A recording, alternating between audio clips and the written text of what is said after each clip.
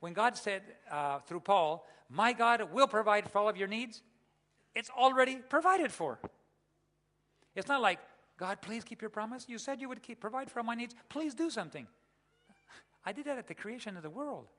I already made arrangements to take care of you, correct?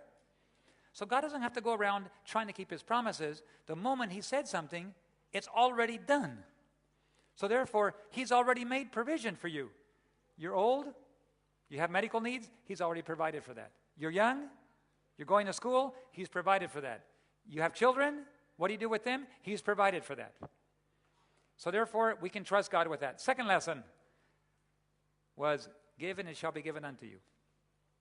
I repeat it several times because it has to be drilled in. Our heads are hard like coconuts, right? Mine is. Is yours also? Okay. It takes time. Over and over and over and over again. The first one, God will provide. The second one is, given and shall be given unto you. Pressed down, shaken together, and running over shall men give unto your bosoms.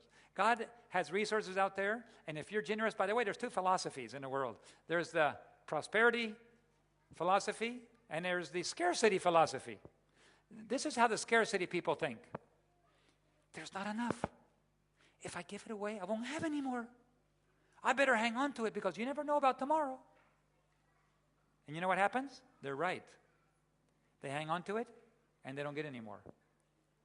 Now, there's the other prosperity theology that says, not theology, but philosophy, that says, there's plenty more where it came from. God gave me this. I'll just use it to bless his work. He'll give me more. And you know what? They're right. Both philosophies are right. If you don't give it away, you don't get any more. And if you give it away, you get more. Isn't that beautiful? Which philosophy do you want to choose? Both of them are right. What do you call people who are like this?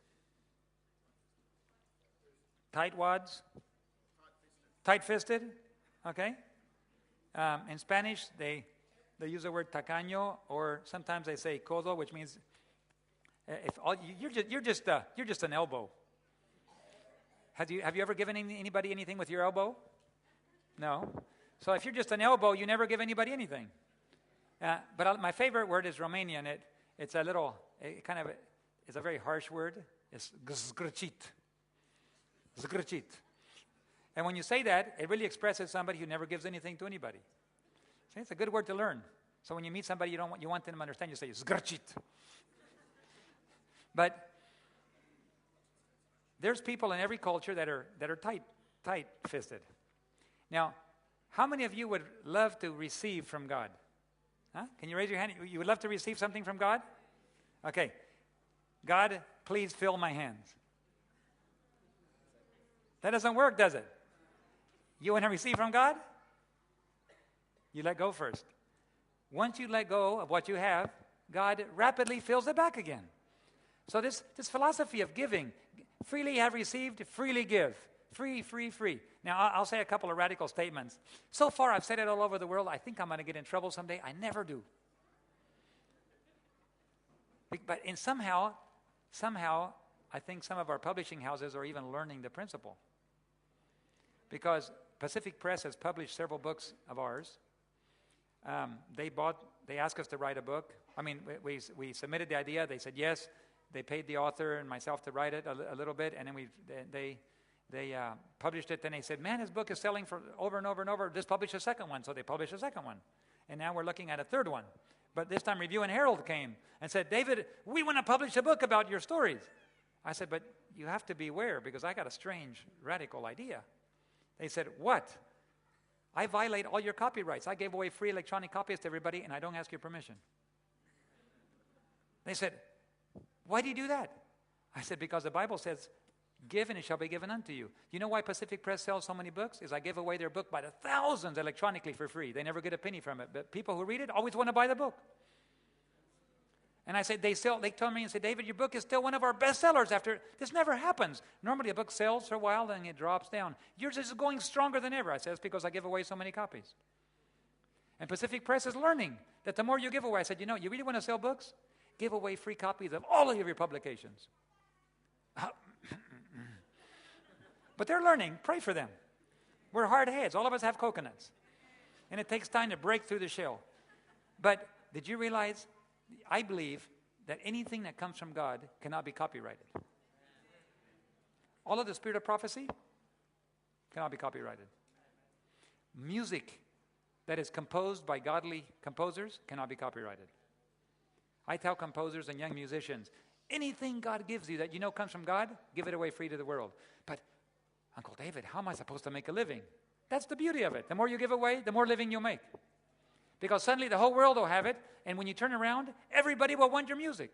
Why? Because you give away 100,000 copies. You try to sell it, you'll sell 100. You give it away, 10,000 copies. Which is better? Well, I can understand what you're saying. Yes, God gives it right back to you. Cast your bread upon the waters, and after many days, it will come right back to you, right? So, young musicians or older musicians out there, if you have something from God, give it away. And you watch what God does with it. Books, if you write books, if you preach sermons, anything that comes from the throne of God is free. Now, I have run across some areas of the world that have copyrighted the spirit of prophecy in order not to publish it, so that nobody else can either. And I got very confused by that. The publishing houses do not want these books in the hands of the people, so they copyright them and then don't publish them. There's a couple places in the world like that. I won't mention them because that's not the whole point. The point is, when that happens, what does one do? You copy it anyway. Because it wasn't intended to be hidden. What did the reformers do when the Bible was prohibited to the people? What did Gutenberg do? Yeah, Tyndale, Wycliffe. What did they do? They did it anyhow. Why? Because it's illegal. The rulers in the world and the laws of the nations cannot copyright God's messages to the world. And if they make it illegal to do it, you do it anyway. You can't lose what you don't have anyhow. But I'm not saying violate people's rights, but messages from God are to go to the whole world. So I say this all the time, and I keep thinking somebody's going to call me on it. And they never do, And the publishing houses are discovering the secret. The more you give away, the more you sell. So I want to encourage you that if you have something from God, if He gives you a gift, give it to the world. And you watch what God will do. He'll just pour a blessing right back on you again. So you give it away again. He gives you more. And suddenly you realize God is just looking for excuses to get His blessing out to the world, and He's waiting for His people to get busy. Do something with the talents you have. And that's what I've discovered. So I wanted to share that with you because this radical philosophy is what's going to end up finishing the work.